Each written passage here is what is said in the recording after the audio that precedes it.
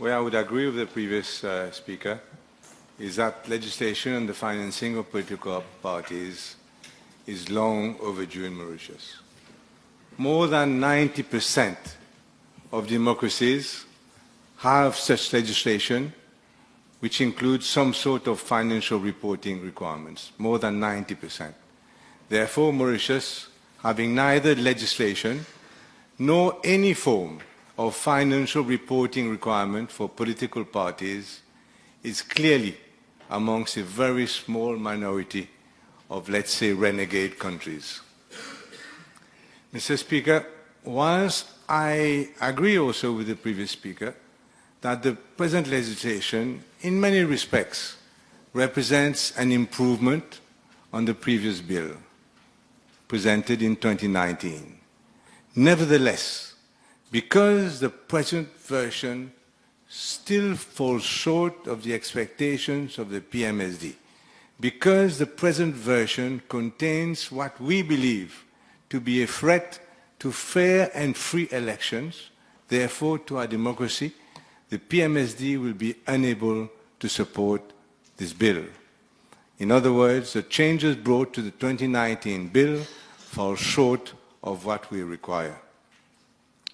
Were we not, Mr. Speaker, on the eve of the general election, I would have requested that the debate be paused to allow for some sort of committee, select committee, meeting of minds to examine the various aspects of the bill that remain so that some sort of agreement could be reached.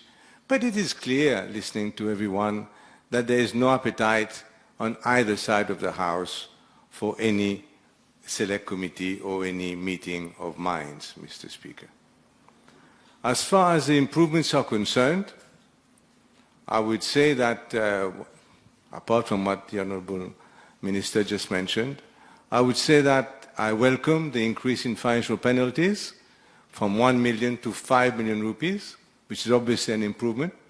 Also, I personally welcome that a number of responsibilities have been transferred from the Electoral Supervisory Commission, which is a board consisting of political nominees. These have been transferred to the Electoral Commissioner himself, although not fully transferred, but many have been transferred to the Electoral Commissioner himself, a person appointed by the Judicial and Legal Service Commission. But I'll come to that later, Mr. Speaker. So I will come to the crux of my speech, which I believe, Mr. Speaker, the law contains a major flaw, a major drawback that needs to be remedied. And I've listened and I've read speeches from both sides of the House, and I cannot see that this has been mentioned anywhere. So this is why I want to mention it this afternoon.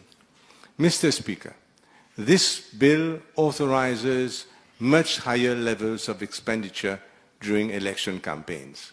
A party fielding 62 candidates nationwide will be able to spend up to 120 million rupees in mainland Mauritius and another 4.5 million rupees for Rodrigues. And you add to that the amounts allowed to be spent on municipal elections, which will be coming, I presume, soon because they are long overdue, and you have another 36 million rupees that you authorize to spend.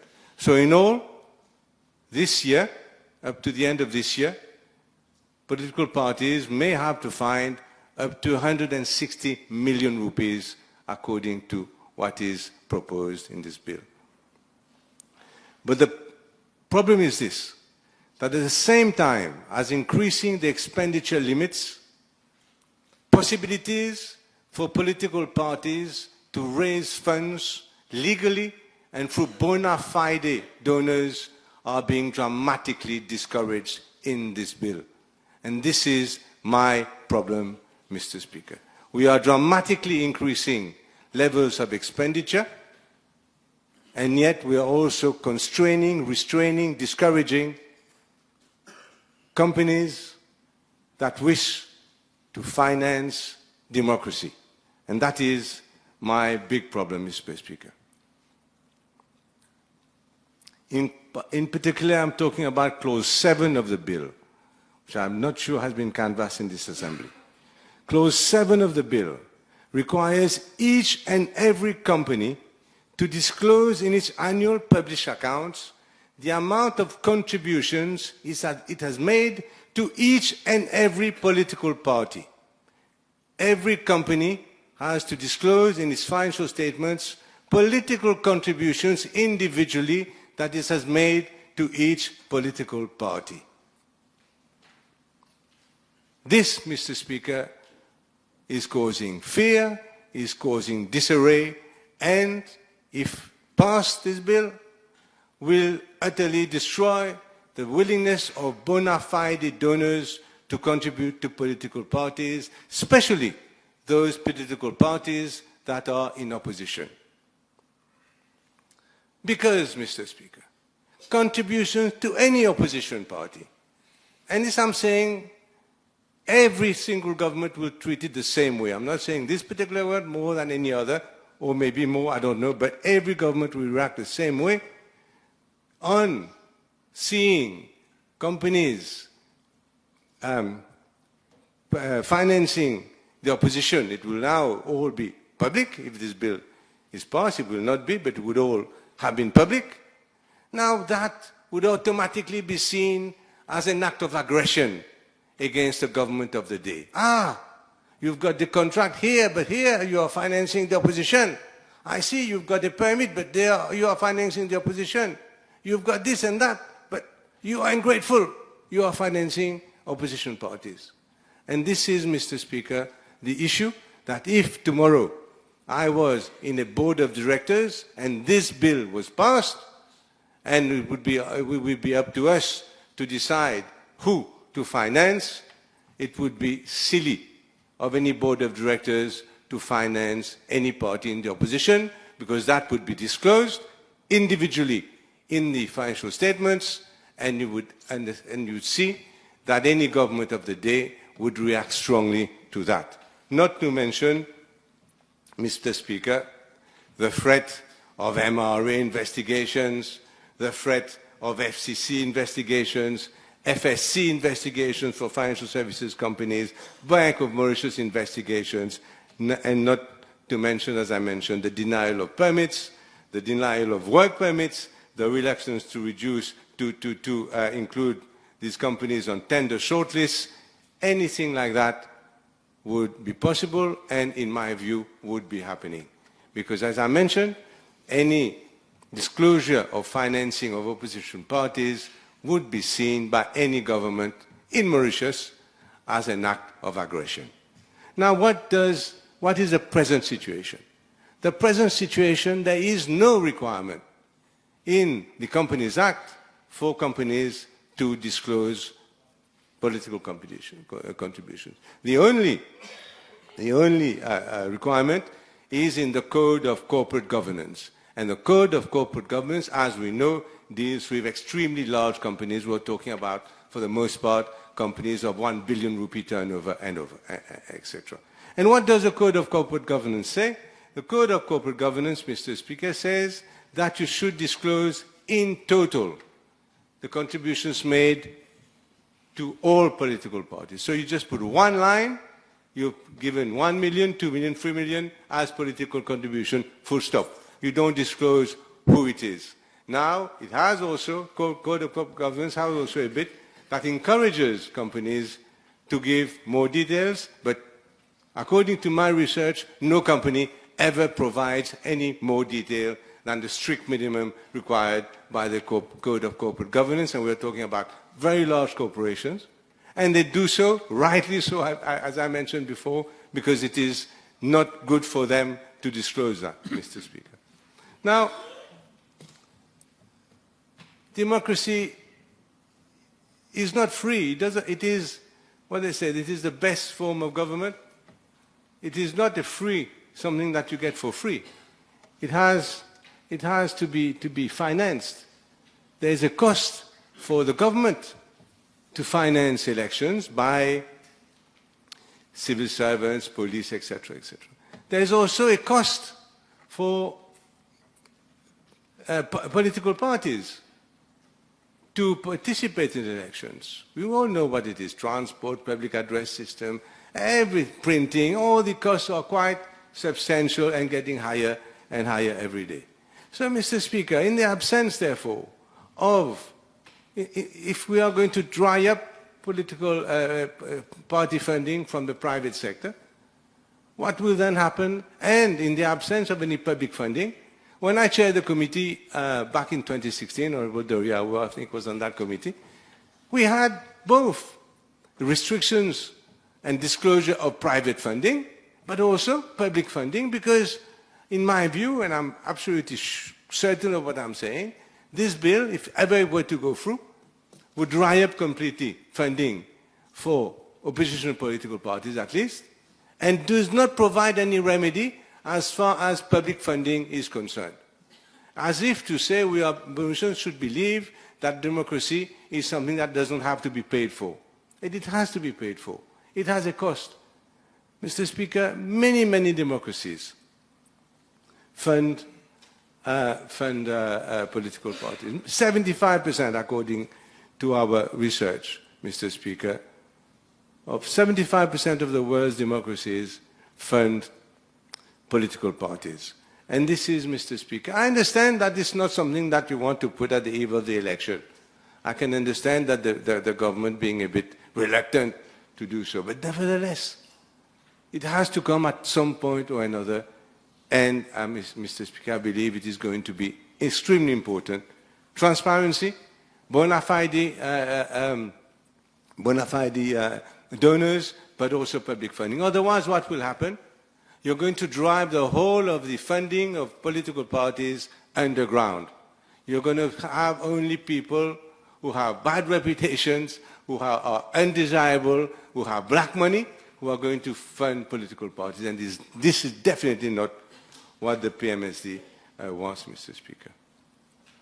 Therefore, that is very important for me, that if ever we are going to look again at this bill, and I hope that we do, because I did say there are some improvements on the previous bill, this question of excessive disclosure, I hope I'm putting my point right, does more harm than good, unless, of course, we are going to supplement any shortfall in any shortfall by public funding. Of course, there may be parties that have such huge war chests that they don't actually bother about any funding at all. But this is not the case for us. We are not big spenders in the PMSD. We are not big spenders. We are small spenders. But whatever money we get from bona fide people who want to help democracy. And I'm sure that is the case also for many other parties in Mauritius.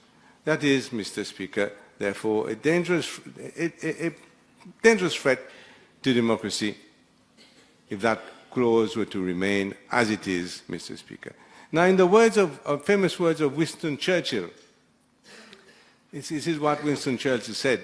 He said that democracy is the worst form of government, except for all other forms that have been tried from time to time. So, if we agree that it is, in other words, the best that can be obtained, then, Mr. Speaker, we must also agree that it has a cost. Mr. Speaker, I want to come quickly to the Electoral Supervisory Commission. The Electoral Supervisory Commission is obviously, members are appointed under the Constitution, and under Clause 22 of this bill, it is the ESC that has the supervision of the whole process of political funding and administration. It has also supervision. It has also control over the registration of political parties. Now, we've seen in other countries how various political parties from opposition have failed to register, have not been able to register. But I'm not saying that's going to happen, but it is always a possibility. Now, Mr. Speaker, I've never been happy about the way that members of the ESC are appointed in Mauritius. Never been happy about that. The Electoral Supervisory Commission is the apex body for our electoral process. Now, under section clause 38(3) of our Constitution, any person can be appointed by the President of the day, provided he is not a member of this Assembly, a candidate for election, or a public or local government officer. Any other member can be, I'm presently an MP. If the President was so minded, he could appoint my mother on the ESC. That would be authorized. He could appoint my brother, he could appoint my children, anyone. There is, Mr. Speaker, hardly any constraints on appointing members of the ESC so far, except for what I've said, members of the Assembly, etc. So we are not dealing in any way with conflicts of interest. And what has happened in the past and the previous regime as well is that we have, in my opinion, appointed people that are potentially conflicted. And that, Mr. Speaker, to me, destroys the independence of the apex parliament electoral body in Mauritius. And that is wrong, Mr. Speaker. And therefore, if we need, in my view, to amend, as we are amending, we propose to amend the Constitution, it would also be important to amend the Constitution so far as appointments on the Electoral Services Commission is concerned. That is very important. We go like we do in the UK, where there's a select committee, which is there it is presided over by the Speaker. I'm not sure it would be such a good idea here, but it is presided by the Speaker. It has members on each side of the House on that committee. There's an independent panel which assesses proposals made by each political party for appointment to the ESC. The independent panel recommendations are assessed by the Select Committee, and the Select Committee then proposes the names to Parliament for the appointment of the Electoral Supervisory Commission members in the UK. Compare that to Mauritius, where in fact it is the President himself who one day wakes up, for whatever reason decides I'm going to appoint X, Y, and Z on the Electoral Supervisory Commission. There's a big, big difference between what pertains in the Westminster model and what we do here in this country. And Mr. Speaker, this to me is totally unacceptable and needs to be changed, because if we do not change that, then who is the independent body that will supervise all these issues? Who is going to do that if nobody trusts the ESC? If over the years it continues to be filled with politically conflicted persons, then who will be able to look after and have the trust of political parties? Because we would then be releasing lots and lots of information to this Electoral Supervisory Commission. Mr. Speaker, I finish by mentioning the role of the Electoral Commissioner. As I mentioned, we have a particularly good Electoral Commissioner. He's not going to stay for very long. There will be another one coming. And the Electoral Commissioner, according to this bill, has the power to call for all the records of any political party. At any time, he may do so. There is obviously a danger that he were to do so on the eve of an election, then that would create tremendous reputational damage to any political party. Therefore, Mr. Speaker, whilst I understand the need for the Electoral Commissioner to have access to records of political parties, I strongly believe, that this should be only upon obtaining of a judge's order, where he would put to the judge the reasonable suspicions that he has, because otherwise, Mr. Speaker, there could be danger to our democracy, danger to our free and fair elections if this were to happen. Mr. Speaker, that's all I had to say on these points. I believe, therefore, that, as I mentioned, the PMSD will not vote for this law, but if tomorrow there was a genuine will to, on both sides of the House, to bring the improvements at this point in time in the future, certainly, Mr. Speaker, we consider a bill to be urgently required in Mauritius.